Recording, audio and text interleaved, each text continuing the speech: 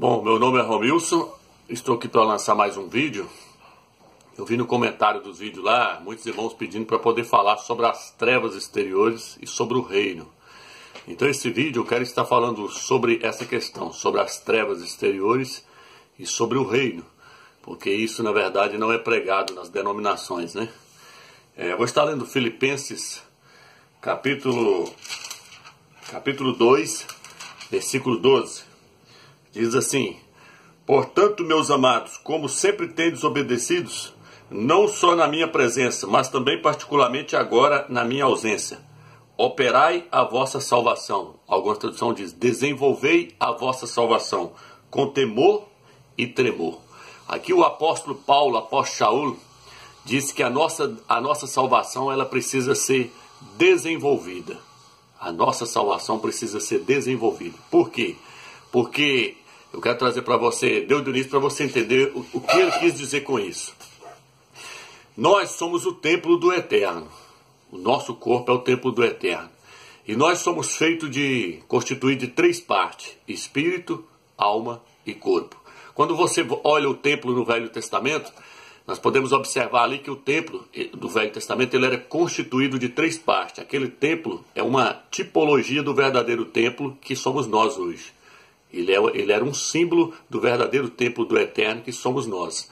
Então aquele templo ali ele era constituído de três partes: o Santo dos Santos, que é o Espírito; o Santo Lugar, que é um símbolo da alma nossa; e o átrio exterior, que é o símbolo do nosso corpo. Então aquele templo ali, o Eterno habitava somente no Santo dos Santos, que é uma tipologia do nosso espírito. Então, assim como aquele templo lá era uma tipologia, hoje nós podemos ver a realidade que somos nós, o nosso corpo. O nosso corpo é constituído de três partes: espírito, alma e corpo. A parte daquele templo, o Santo dos Santos, que era a parte mais profunda, simboliza o nosso espírito. O santo lugar naquele templo simboliza a nossa alma. E o átrio exterior daquele templo dos Yaldim, dos judeus, simboliza o nosso corpo. Então o Eterno ele habitava somente no Santo dos Santos. Quando Yahshua, o nosso Salvador, morreu no madeiro, diz que o véu se rasgou de cima para baixo. Não foi de baixo para cima, foi de cima para baixo. Mostrando que a salvação ela veio do Eterno. Não foi o homem que buscou o Eterno primeiro, foi o Eterno que providenciou a salvação para o homem. Foi o Eterno que veio até o homem. Então mostrando que o véu se rasgou de cima para baixo. Mostrando que a salvação partiu do Eterno para nós. Ele enviou o seu Filho para morrer por nós. E aí diz que o véu foi rasgado. Por quê? Porque o Eterno ele não quer habitar somente no Santo dos Santos. Ele não quer habitar somente no nosso espírito. Ele quer habitar em todo o nosso ser. E para isso nós temos o quê? Nós temos que desenvolver a nossa salvação. O apóstolo Paulo diz: desenvolvei a vossa salvação com temor e tremor. Então, quando nós observamos na Bíblia, nós podemos ver que a Bíblia fala: nós que fomos salvos, nós que estamos sendo salvos e nós que seremos salvos. Quando a Bíblia diz nós que fomos salvos, igual 1 Coríntios capítulo 1, versículo 18, está se referindo ao nosso espírito. O nosso espírito já foi salvo pelo Salvador quando ele morreu no madeiro por nós. Então, agora, qual é o outro passo? O outro próximo passo é a salvação da nossa alma.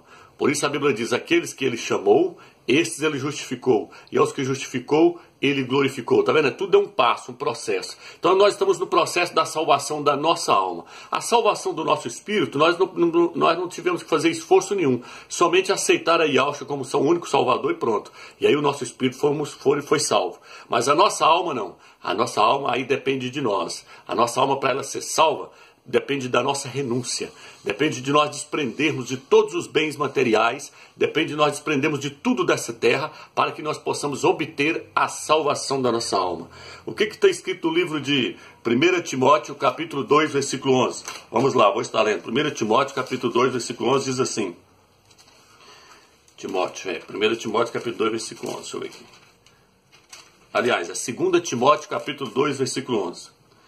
Fiel é essa palavra: se com ele morremos, com ele viveremos. Se com ele sofremos, com ele reinaremos. Então nós precisamos passar por sofrimento para que a nossa alma seja salva. E só assim nós ganharemos o direito de reinar com o Salvador.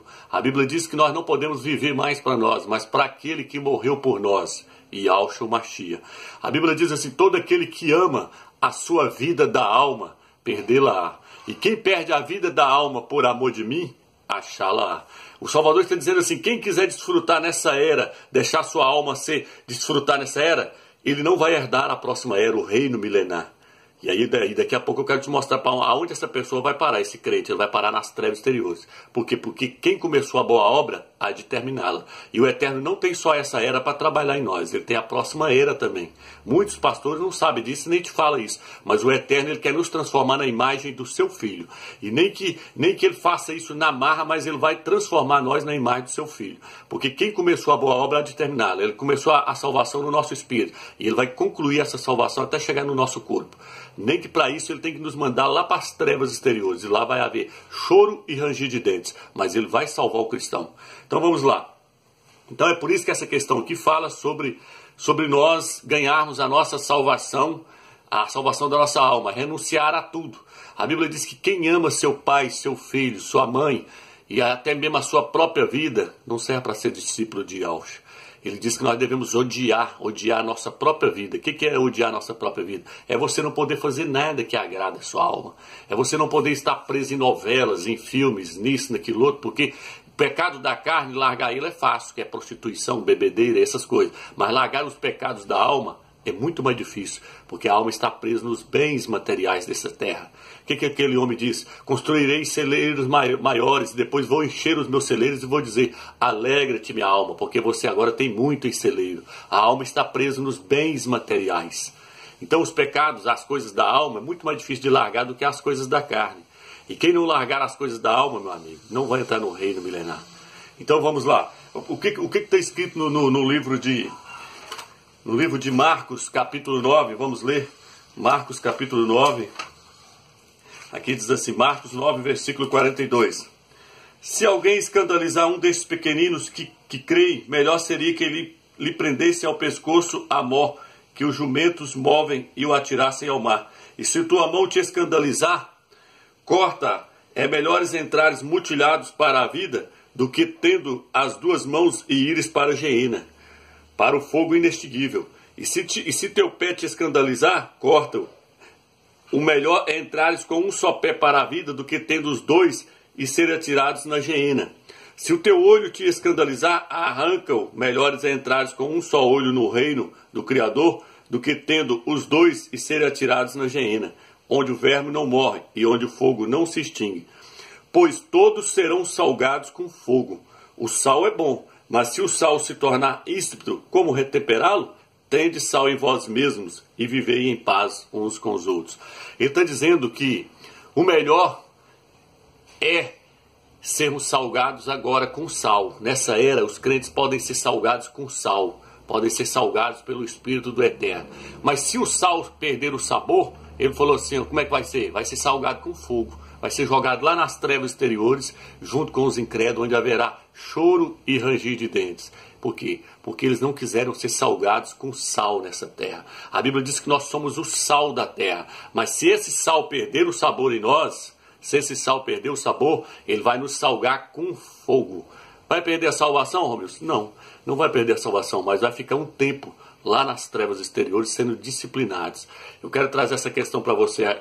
Vai prestando atenção que você vai entender aonde nós vamos chegar com esse estudo. Então veja bem, a própria Bíblia, a Escritura, fala que o Salvador está chamando um grupo de vencedores. Em cada era da igreja ele está chamando um grupo de vencedores. Ele fala no livro de Apocalipse 2, versículo 7, fala, ao vencedor, dar-lhe-ei comer da árvore da vida. Em Apocalipse 2, versículo 11, ele diz, o vencedor não sofrerá o dano da segunda morte. O que é o dano da segunda morte? É as trevas exteriores. Eu já falei sobre isso em outro vídeo. Eu mostrei que a perca total é o lago de fogo, é a segunda morte. Isso é para os ímpios. É como um carro que sofre uma batida e sofre uma perca total, ele não serve para mais nada. Mas o dano não é a perca total, é você bater um carro, ir lá e consertar ele e ele ficar zero de novo. Então muitos crentes vão sofrer o dano da segunda morte, eles vão ficar um tempo lá nas trevas exteriores, junto com os incrédulos, lá no fogo, para poder serem disciplinados. Eles não vão sofrer a perca total, mas vão sofrer o dano da segunda morte. Então vamos lá. Apocalipse capítulo fala... Apocalipse 2, versículo 26 fala, o vencedor dar-lhe-ei reger as nações com cedros de ferro, porque os vencedores vão ser reis no milênio.